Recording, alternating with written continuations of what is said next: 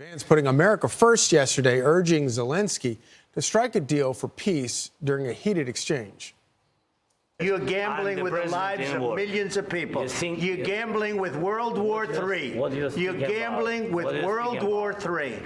And what you're doing is very disrespectful to the country, this country, that's back to you, far more than a lot of people said they should have. Have you said thank you once this entire meeting? No, in this entire meeting, have you said thank you?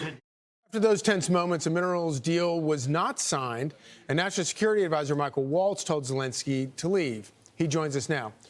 Colonel Waltz, just such an extraordinary exchange on so many levels. But after what we saw there, the press is let out of the Oval Office. I assume that President Trump went in one direction and Zelensky went somewhere else. And it was you and Secretary of State Marco Rubio who had to go and explain to Zelensky that it went badly and he was leaving. Can you describe that scene for us? Yeah, thanks, Charlie. Look, we had a meeting after that exchange, after the press was asked to leave, and we advised the president, pretty much unanimously advised the president that after that insult in the Oval Office, we just do not see how that could move forward, that any further engagement would only go backwards from this moment on. And that's what we walked over and told President Zelensky and his team. And let me just talk something very quickly, that this was some kind of ambush.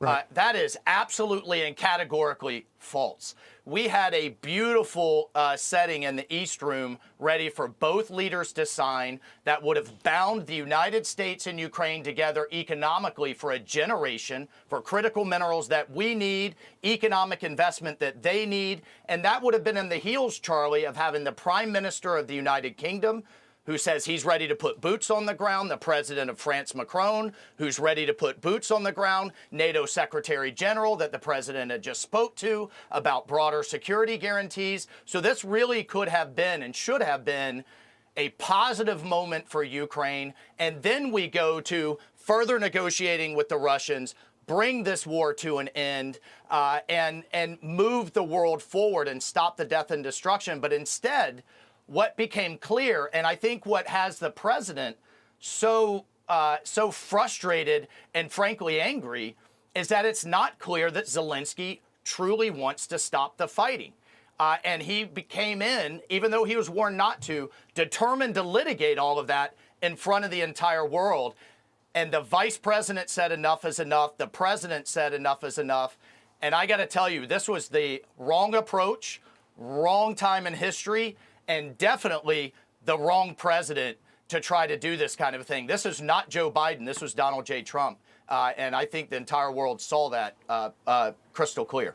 Truly amazing. When you went in and explained to Zelensky that he was leaving the White House without lunch or that important signing, did he look surprised? Did he seem to recognize what had happened?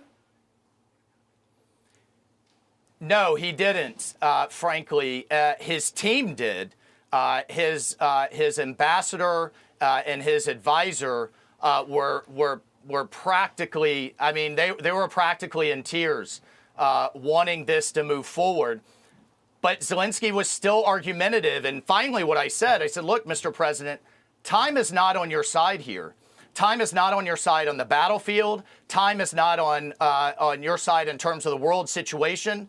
And most importantly, U.S. aid and the taxpayers' tolerance is not unlimited. So, you know, I think he is used to hearing, actually, I know he is used to hearing that as long as it takes, as much as it takes, blank check, and the United States really doesn't have much of a say, you can determine the outcome of all of this. That's what he heard for years from Biden and his team, and he has not gotten the memo that this is a new sheriff in town, this is a new president, and we are determined to take a new approach towards peace. A truly astonishing obliviousness to the real politics on the ground. Colonel Mike Waltz, thank you so much for joining us. I think he did his country a true disservice. Truly. And who is opposed to peace? If you disagree with how we're going to end the war, fine, but you do that behind closed doors, not the way this was done. It was wholly unacceptable. Mike Waltz, thank you so much.